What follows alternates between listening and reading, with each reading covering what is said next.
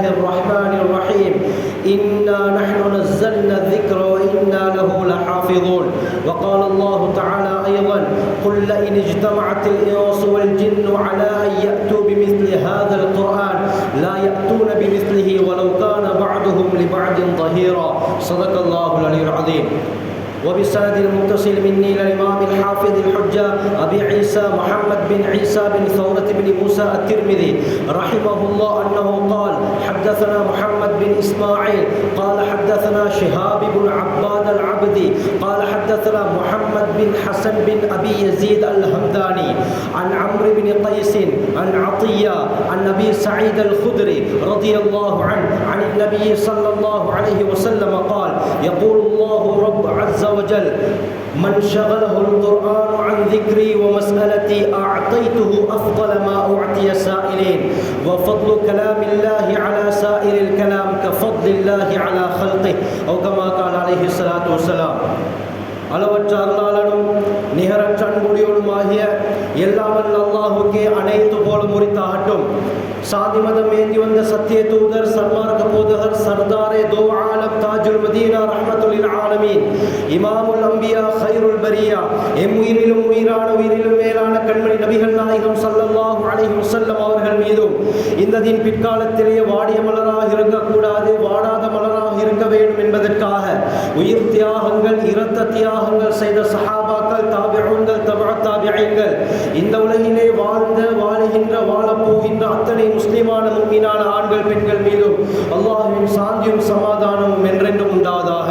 புனிதமிக்க ஜும்ஆவுடைய நாளிலே இஅ்திகாஃபுடைய நியத்தில் வந்தமர்ந்திருக்கும் அல்லாஹ்வின் நல்லடியார்களே, அல்லாஹ் சுப்ஹானஹு வ தஆலா தன்னுடைய வாழ்க்கையில் எந்த நல்ல விடயங்களை எடுத்து நடக்கும்படி கூறியிருக்கிறானோ அவற்றை முடியுமான அளவு எடுத்து நடக்கும்படியும் எவற்றை விட்டு விலகி ஒதுங்கி தவிர்ந்திருக்குமாறு கூறியிருக்கிறானோ அவற்றை விட்டு முற்றுமுழுதாக தவிர்ந்து கொள்ளுமாறும் முதலில் எனக்கும் அப்பால் உங்களுக்கும் தக்வாவை கொண்டு நல்ல உபதேசம் செய்கிறேன், ஞாபகம் ஊட்டிக் கொள்கிறேன். கண்ணியமானவர்களே, அல்லாஹ் சுப்ஹானஹு வ தஆலா இந்த பிரபஞ்சத்திலே கோடிக்கணக்கான படைப்பினங்களை படைத்து அந்த ஒட்டுமொத்த படைப்பினங்களிலும் சிறந்த படைப்பாக, சிரேஷ்டமான படைப்பாக, கண்ணியமான படைப்பாக மனிதனை படைத்திருக்கிறான்.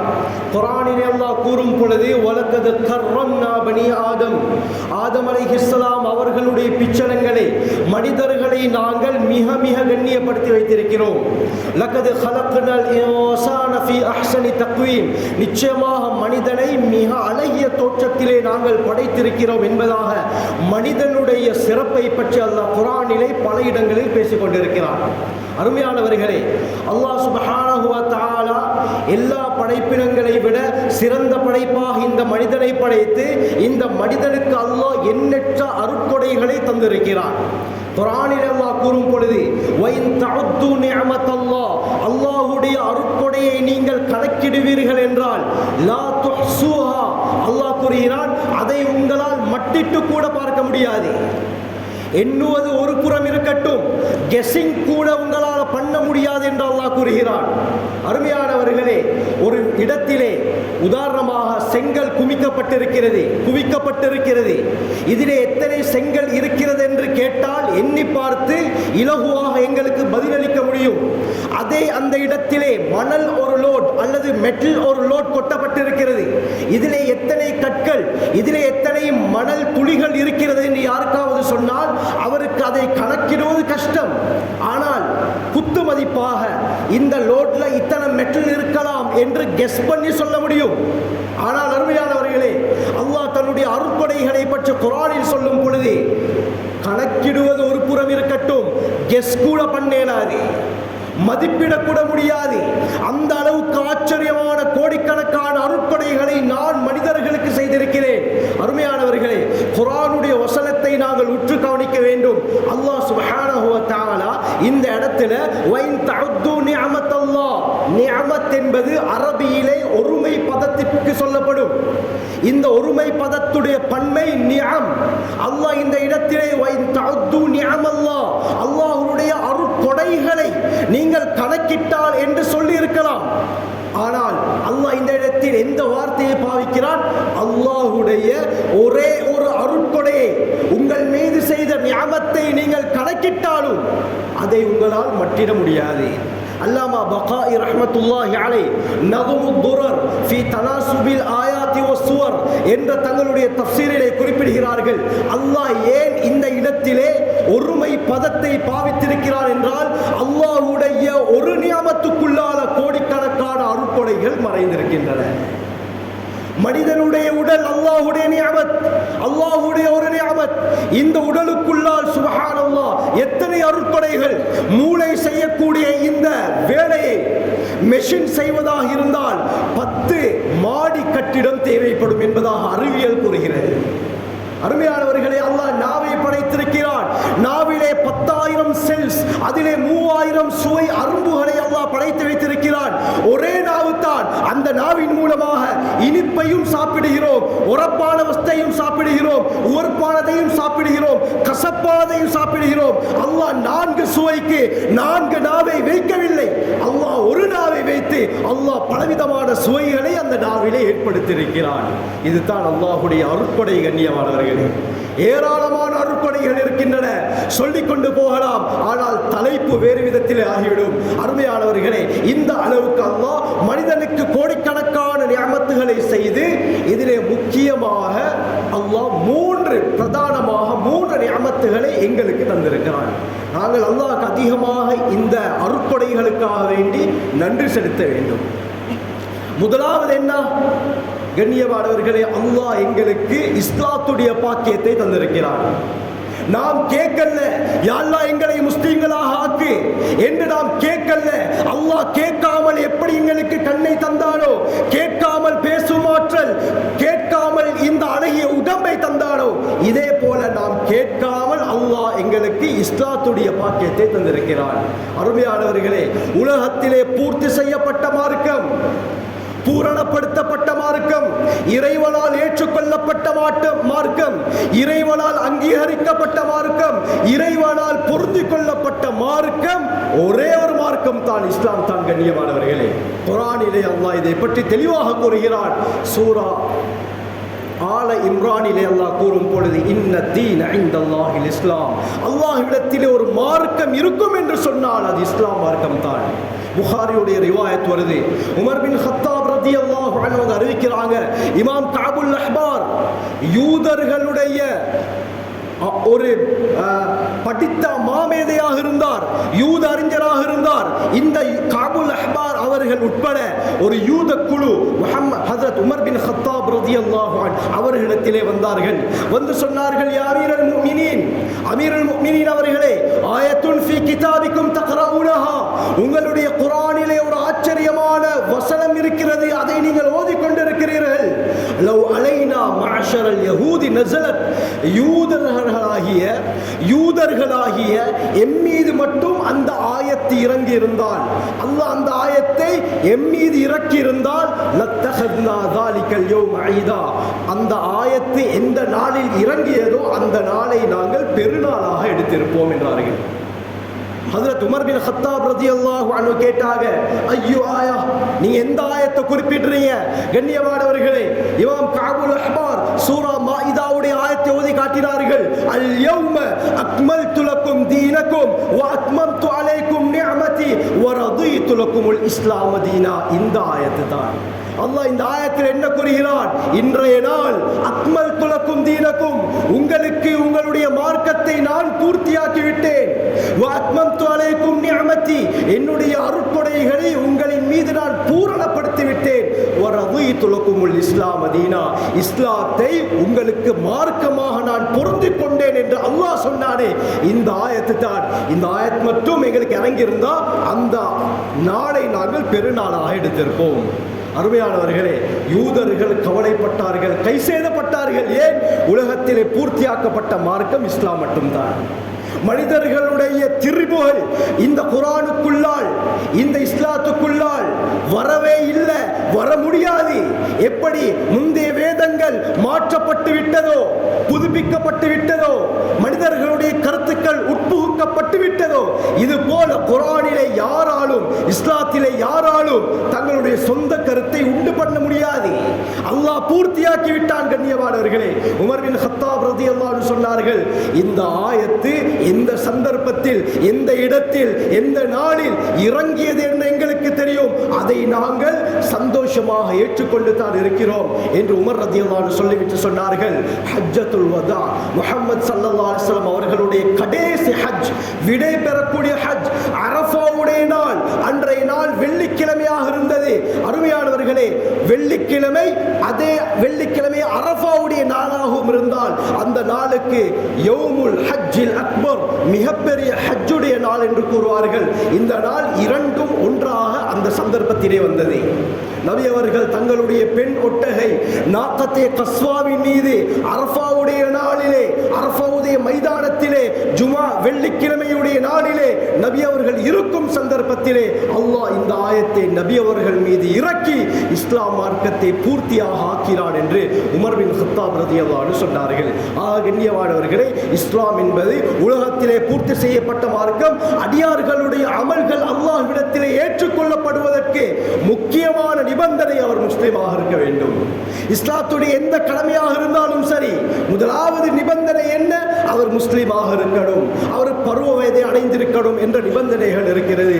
கண்ணியமானவர்களே, ஸல்லல்லாஹு அலைஹி வஸல்லம் ஆயிஷா ரலியல்லாஹு அன்ஹா இந்த விஷயமாக சொன்னார்கள். சஹீஹ் முஸ்லிமுடைய ரிவாயத் வருது, அல்லாஹ் அமல்களை கபூல் செய்வதற்கு இஸ்லாம் நிபந்தனை, இஸ்லாம் கட்டாயம் வேண்டும் என்று சொன்ன நேரத்தில் ஆயிஷா நாயகி கேட்டாங்க, யா ரசூலல்லாஹ், இப்னு ஜுதான் என்பவர் அதிகமாக ஏழைகளுக்கு உணவளிக்கக்கூடியவர், அது மட்டுமல்ல உறவினர்களுடன் சேர்ந்து நடக்கக்கூடியவர்,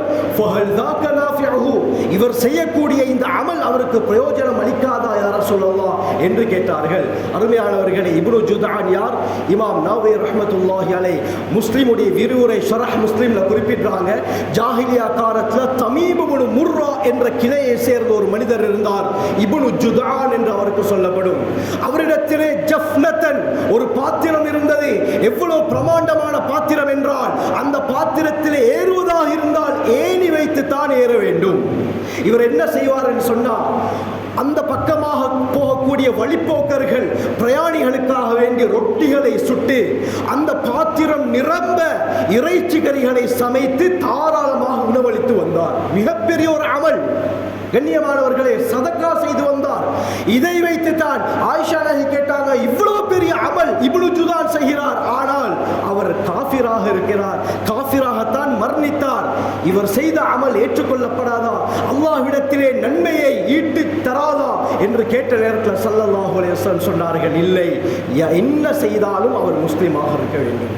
இஸ்லாம் நிபந்தனை என்பதை ஸல்லல்லாஹு அலைஹி வஸல்லம் சொன்னார்கள்.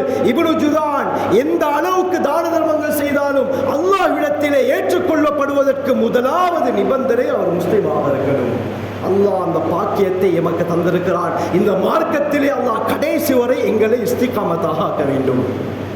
இரண்டாவது, அல்லாஹ் நமக்கு தந்த மிகப்பெரிய ஒரு நிஅமத், அருட்படைத்தான். முஹம்மது ஸல்லல்லாஹு அலைஹி வஸல்லம் அவர்களுடைய உம்மத்தாக அல்லாஹ் எங்களை ஆக்கியிருக்கிறான். யாருக்கும் கொடுக்காத பாக்கியம். கண்ணியமானவர்களே, நாங்கள் என்ன நல்ல அமல் செய்தோமோ தெரியல, அல்லாஹ் கேட்காமல் இஸ்லாத்துடைய பாக்கியத்தையும் தந்திருக்கிறான். முஹம்மது ஸல்லல்லாஹு அலைஹி வஸல்லம் அவர்களை எங்களுடைய தலைவராக அல்லாஹ் ஆக்கியிருக்கிறான். எவ்வளவு சிறப்பு கண்ணியமானவர்களே!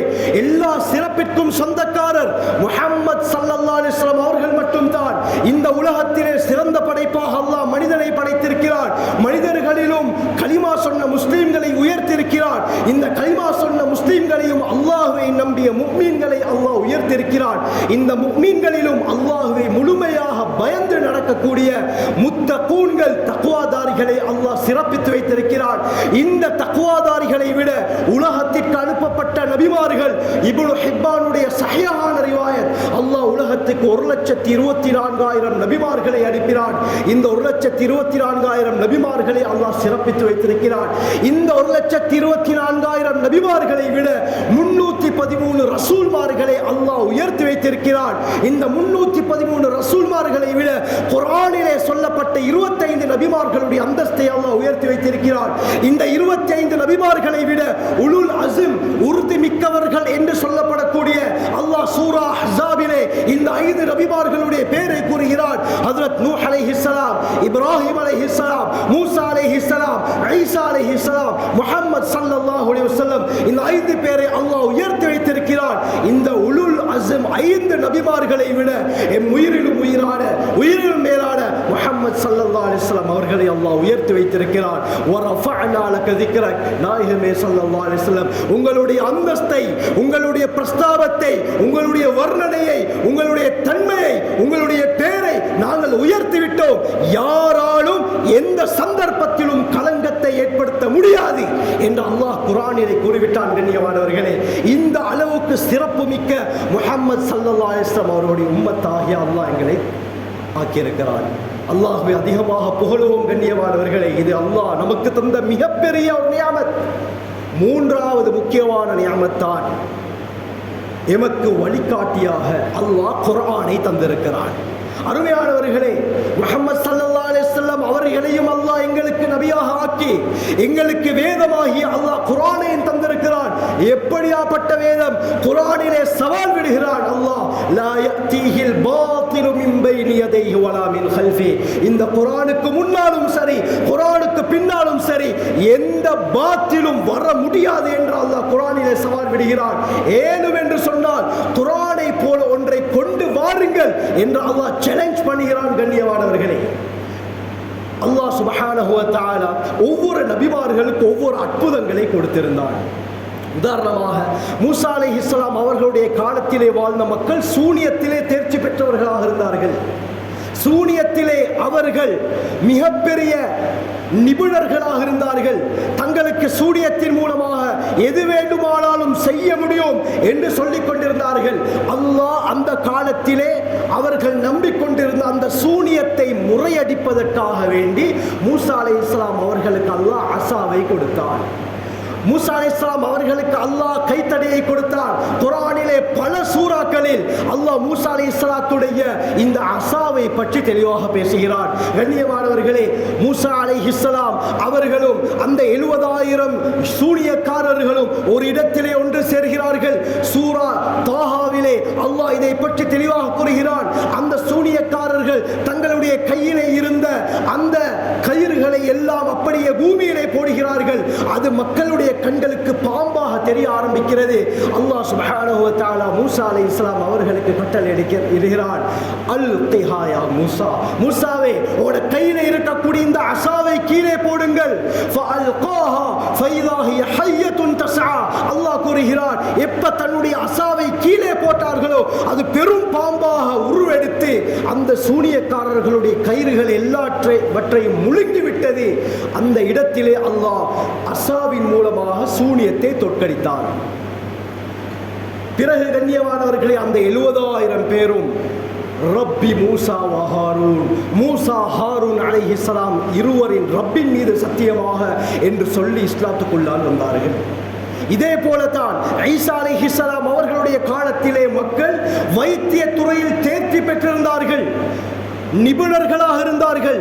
எல்லா விதமான நோய்களுக்கும் மெடிசின் அவர்களுக்கு தெரியும், மருந்து கண்டுபிடித்திருந்தார்கள். ஆனால் குறிப்பிட்ட 2-3 நோய்களுக்கு மட்டும் அவர்களுக்கு மருந்து தெரியாமல் இருந்தது. எல்லாமே திட்டமிட்ட இறைவனுடைய ஏற்பாடு. பிறவி குருடு, பிறக்கும் பொழுதே யாராவது பார்வை இல்லாமல் பிறந்தால் அவரை சுகப்படுத்த இவர்களுக்கு தெரியாது. இதே போல வெங்குஷ்டம், கருங்குஷ்டம், இந்த நோய்க்கு மருந்து அவர்களுக்கு தெரியாது. இதே போல யாராவது இறந்து விட்டால் அவர்களை உயிர்ப்பிக்கவும் இவர்களுக்கு தெரியாது. இப்படி 2-3 விடயங்களுக்கு மருந்து தெரியாமல் இருந்தது. அல்லாஹ் சூரா ஆல இம்ரானிலே கூறுகிறான், அல்லாஹ் ஹஜ்ரத் ஈசா அலைஹிஸ்ஸலாத்தை அவர்களுக்கு மத்தியிலே அனுப்புகிறான். எந்த அளவுக்கு என்று சொன்னால், எந்த வைத்தியத்திற்கு அவர்கள் மருந்து தெரியாமல் இருந்தார்களோ அந்த நோய்களுக்கு மருந்தையும் அல்லாஹ் சுப்ஹானஹு வ தஆலா கற்பித்து தான் ஈசா அலைஹிஸ்ஸலாம் அவர்களை அனுப்புகிறான். குர்ஆனில் அல்லாஹ் கூறுகிறான், உப்ரியுல் அக்மஹ வல் அப்ரஸ வ உஹ்யில் மௌதா பிஇذنில்லாஹ். வெங்குஷ்டம், குஷ்டரோகம், இதே போல பிறவி குருடையும் நான் சுகப்படுத்துவேன்.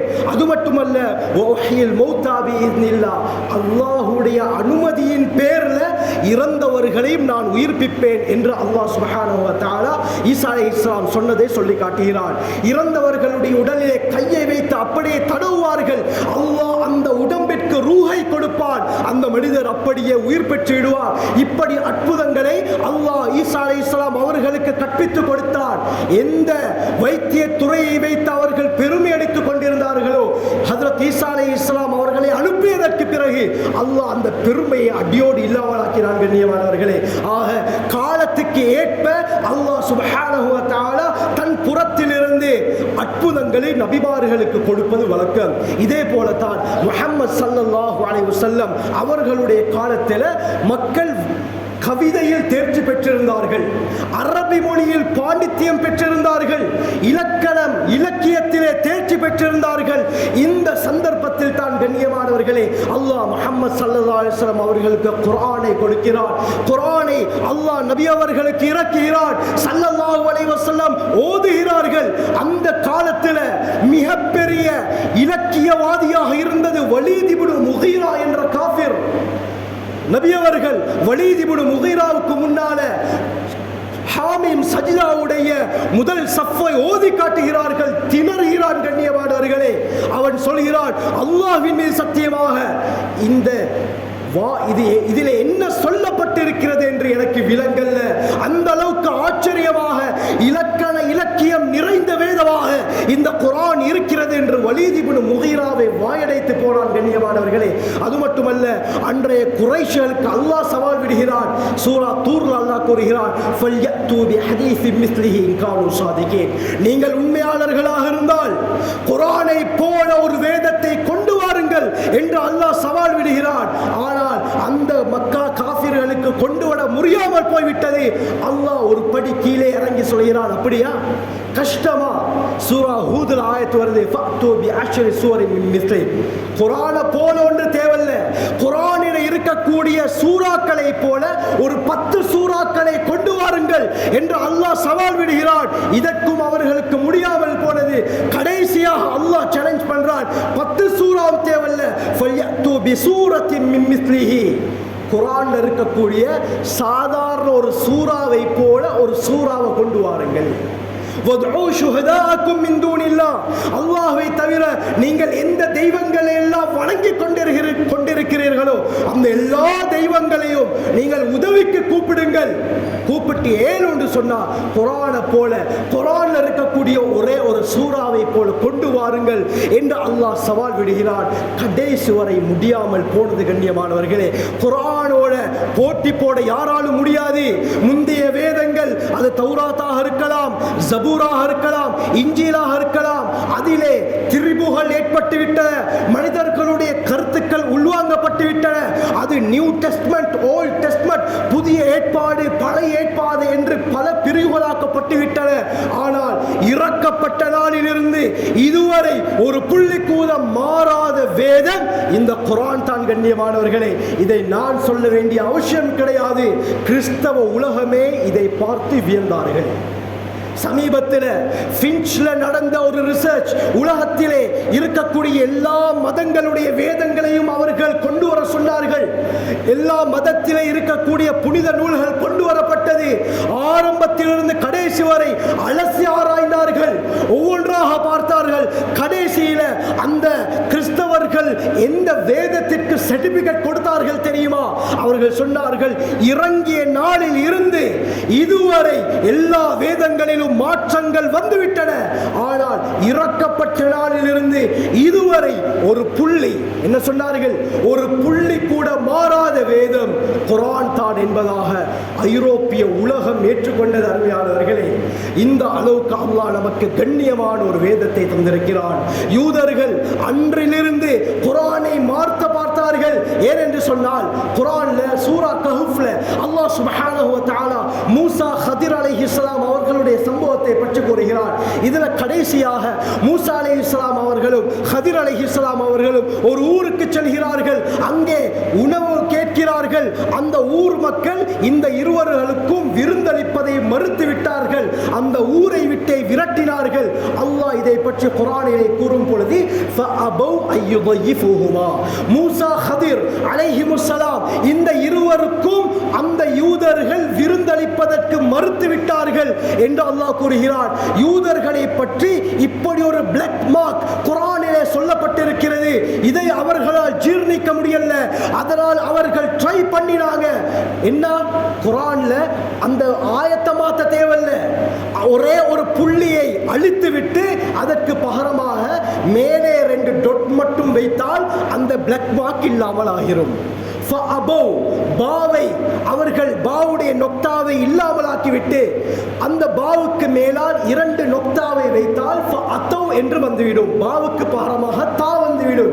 அப்படி என்றால் கருத்து என்ன? ஃபஅத்தௌ அய்யுதைஃபிஹுமா, அந்த ஊர்வாசிகள் அந்த யூதர்கள் இந்த மூசா ஹதிர் அலைஹிஸ்ஸலாம் இருவர்களுக்கும் விருந்தளிக்க முன் வந்தார்கள் என்ற கருத்து வந்துடும். விருந்தளிக்க ரெடியானார்கள் என்ற கருத்து வந்துடும். ஆக இவர்கள் என்ன செய்தார்கள்? எப்படியாவது இந்த பாவுடைய நொக்தாவை இல்லாமலாக்கிவிட்டு மேலே 2 நொக்தாவை வைப்பதற்காக முயற்சி செய்தார்கள். கண்ணியமானவர்களே, குர்ஆனில் அல்லாஹ் என்ன கூறுகிறான்? இன்னா நஹ்னு நஸல்னா ذிக்ர வ இன்னா லஹு லஹாஃபிதூன். நிச்சயமாக இந்த குர்ஆனை நாம் தாம் இறக்கி வைத்தோம். நிச்சயமாக இந்த குர்ஆனை நாங்கள் தான் பாதுகாத்துக் கொண்டிருக்கிறோம் என்று அல்லாஹ் கூறுகிறார். அல்லாஹ் பாதுகாப்புடைய பொறுப்பை எடுத்து விட்டால் யாருக்கு கை வைக்க முடியும்? கண்ணியமானவர்களே, யாராலும் முடியாது. யூதர்களுடைய அந்த முயற்சி ஒரு காணல் நீராகத்தான் போனதை செய்ய அவர்களுடைய முயற்சி பலனளிக்கல்ல. அருமையானவர்களே, குர்ஆனை பாதுகாக்கக்கூடிய பொறுப்பை அல்லாஹ் எடுத்து வைத்திருக்கிறான். இந்த ஆயத்துக்கு கீழே உலமாக்கள் இஸ்தின்பாத் பிடிக்கிறாங்க. என்னன்னா, ஒரு ஊர்ல ஒரு புள்ள குர்ஆனை ஓதுதா, அந்த பிள்ளையை பாதுகாப்பது அல்லாஹ்வுடைய கடமை. அந்த குழந்தைக்கு குர்ஆனை சொல்லிக் கொடுப்பதற்காக எந்த தாய் தந்தைகள் முயற்சி செய்கிறார்களோ அந்த தாய் தந்தையை பாதுகாப்பது அல்லாஹ்வுடைய கடமை. அந்த குழந்தைக்காக வேண்டி எந்த குடும்பம் குர்ஆனுக்காக வேண்டி பாடுபடுதோ அந்த குடும்பத்தை பாதுகாப்பது அல்லாஹ்வுடைய கடமை. அந்த பிள்ளைக்காக வேண்டி ஊர்ல ஒரு மதரசாவை உருவாக்குவதற்காக எந்த நிர்வாகம் பொதுமக்கள் பாடுபடுகிறார்களோ அந்த நிர்வாகத்தை அந்த பொதுமக்களை பாதுகாப்பது அல்லாஹ்வுடைய கடமை. இந்த குர்ஆனுக்காக வேண்டி ஒரு ஊரிலே மதரசா அமைக்கப்பட்டால் அந்த ஊரை பாதுகாப்பது அல்லாஹ்வுடைய கடமை என்பதாக மார்க்க அறிஞர்கள் கூறுகிறார்கள். இந்த ஆயத்திலே அல்லாஹ் இதைத்தான் சுருக்கமாக சொல்லி காட்டுகிறார்.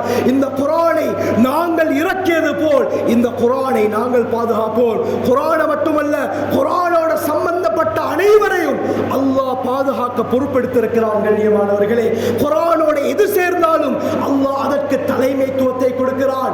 இந்த குர்ஆன் யாருக்கு இறக்கப்பட்டது? முஹம்மது ஸல்லல்லாஹு அலைஹி வஸல்லம் நபிமார்களுடைய தலைவராக அல்லாஹ் ஆக்கினார். இந்த குர்ஆன் இந்த உம்மத்துக்கு இறக்கப்பட்டது. நமக்கு சய்யிதுல் உமம், எல்லா சமுதாயத்தினருக்கும் தலைமை உம்மத்தாக அல்லாஹ் எங்களை ஆக்கியிருக்கிறார். இந்த குர்ஆன் எந்த இரவிலே இறங்கியது? கத்ருடைய இரவு. அந்த லைலத்துல் கத்ரை ஏனைய இரவுகளை விட தலைமை வாய்ந்த இரவாக அல்லாஹ் ஆக்கியிருக்கிறார். எங்கே இறங்கியது? Mecca Medina. ஏனைய ஊர்களை விட தலைமை வாய்ந்த ஊராக அல்லாஹ் மக்கா மதீனாவை ஆக்கியிருக்கிறார். ஆக கண்ணியமானவர்களே, இந்த குர்ஆன் யார் இறக்கினார்கள்? ஜிப்ரீல் அலைஹிஸ்ஸலாம் இந்த குர்ஆனை இறக்கினார்கள். மலக்குமார்களுக்கு தலைவராக அல்லாஹ் ஜிப்ரீல் அலைஹிஸ்ஸலாத்தை ஆக்கியிருக்கிறார். இந்த மொழியில இறக்கப்பட்டது அரபு மொழி. அரபு மொழி எல்லா மொழிகளுக்கும் தாய்மொழியாக, தலைமை மொழியாக, அல்லாஹ்வுடைய மொழியாக, சுவர்க்கவாதிகளுடைய மொழியாக, முஹம்மது ஸல்லல்லாஹு அலைஹி வஸல்லம் அவர்களுடைய மொழியாக அல்லாஹ் ஆக்கியிருக்கிறார். கண்ணியமானவர்களே, அல்லாஹ் நமக்கு சிறந்த ஒரு ஆயுதத்தை நமக்கு தந்திருக்கிறார். இந்த குர்ஆன் ஒட்டக காலத்திற்கும் பொருந்தும், நவீன காலத்திற்கும் பொருந்தும், ஏஐயுடைய காலத்திற்கும் பொருந்தும், டெக்னாலஜி முத்திய காலத்திற்கும் பொருந்தும். எல்லா காலத்திற்கும் பொருந்தக்கூடிய ஒரே வேதம் இந்த குர்ஆன் தான். அல்லாஹ் இந்த குர்ஆனிலே விஞ்ஞானத்தை பற்றி பேசுகிறார். பிக் பேங் தியரியை பற்றி குர்ஆன் பேசுகிறது. எக்ஸ்பென்ஷன் ஆஃப் தி யூனிவர்ஸ், மகா வெடிப்பு கோட்பாடு, இதே போல பிரபஞ்சம் விரிவடைவதை பற்றி குர்ஆன் பேசுகிறது. இப்படி சீ லெவல் ரைஸ், இந்த கடல் மட்டம் உயர்வதை பற்றி குர்ஆன் பேசுகிறது. இப்படி எதை எடுத்தாலும் குர்ஆனிலே அதற்கு பதில் இருக்கிறது. கண்ணியமானவர்களே, அல்லாஹ் இப்படி முக்கியமான பல விடயங்களை எங்களுக்கு தந்து எங்களை கண்ணியப்படுத்தியிருக்கிறார். கண்ணியமானவர்களே, முஅத்தாவுடைய ரிவாயத் வருது. ஸல்லல்லாஹு அலைஹி வஸல்லம் சொன்னார்கள், தரக்து ஃபீக்கும் அம்ரேன், உங்களிலே நான் 2 விடயங்களை விட்டு செல்கிறேன். லம் ததில்லு மா தமஸக்தும் பிஹிமா, அந்த 2ஐ நீங்கள் பற்றி பிடிக்கும் காலமெல்லாம் நீங்கள் வழி தவற மாட்டீர்கள். முதலாவது கிதாபுல்லாஹ், அல்லாஹ்வுடைய வேதம். இரண்டாவது என்னுடைய வழிமுறை என்று சொன்னார்கள். ஆகவே குர்ஆன் ஹதீஸை எந்த அளவுக்கு நாங்கள் பின்பற்றுவோமோ அந்த அளவுக்கு அல்லாஹ் சுப்ஹானஹு வ தஆலா இந்த உலகத்தில் செழிப்பான நிம்மதியான ராஹத்தான வாழ்க்கையை வாழ வைப்பார். ஆகவே நாம் நம் வாழ்க்கையை சிறந்த முறையில் அமைத்துக் கொள்ள வல்ல அல்லாஹ் நம் அனைவருக்கும் கிருபை செய்வானாக. யா அல்லாஹ் எங்களுடைய எல்லா தேவையும் நிறைவேற்றிருந்தது. யா அல்லாஹ், யா அல்லாஹ் நாம் செய்த எல்லா பாவங்களையும் மன்னிச்சிரு. யா அல்லாஹ் அறியாமலோ தெரிந்தோ தெரியாமலோ கூட்டாக தனிமையில் இரவில் பாலில் செய்த எல்லா பாவங்களையும் மன்னிச்சிரு. யா அல்லாஹ் எங்களுடைய எல்லா ஹலாலான ஹாஜாத் நிறைவேற்றி கொடுத்திரு. யா அல்லாஹ் நபி அவர்கள் கேட்ட எல்லா கைர்களையும் நாங்களும் கேட்கிறோம். யா அல்லாஹ் எல்லா ஷர்களை விட்டும் எங்களையும் பாதுகாத்திரு. யா அல்லாஹ் வாஹிரு தஅவானா அல்ஹம்துலில்லாஹி ரப்பில் ஆலமீன்.